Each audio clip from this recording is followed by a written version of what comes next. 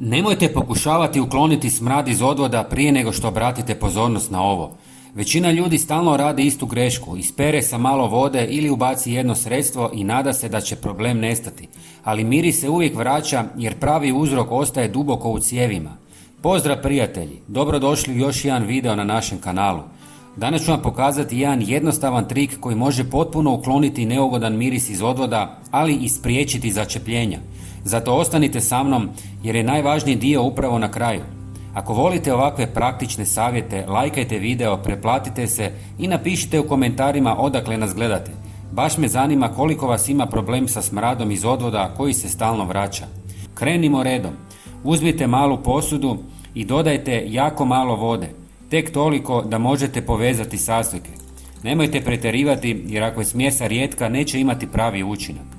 Sada dodajte 2 žlice sode bikarbone i dobro promiješajte. Na prvi pogled izgleda obično, ali soda ima važnu ulogu. Ona upija neugodne mirise i počinje razgrađivati ono što se zadržava u cijevima. To je temelj cijelog postupka. Nakon toga dodajte malo deterdženta za suđe i ponovo promiješajte. Ovdje većina ljudi misli da je riječ samo o pjeni, ali to nije istina. Deterdžent razbija masnoću koja se lijepi za stijenke cijevi, a upravo ta masnoća zadržava bakterije koje stvaraju smrad. Kada se ona počne razgrađivati, nestaje i izvor problema. I sada dolazimo do sastojka koji sam spomenuo na početku, a koji većina ljudi potpuno podcjenjuje. Upravo on odlučuje hoće li ova smjesa stvarno odraditi posao kako treba.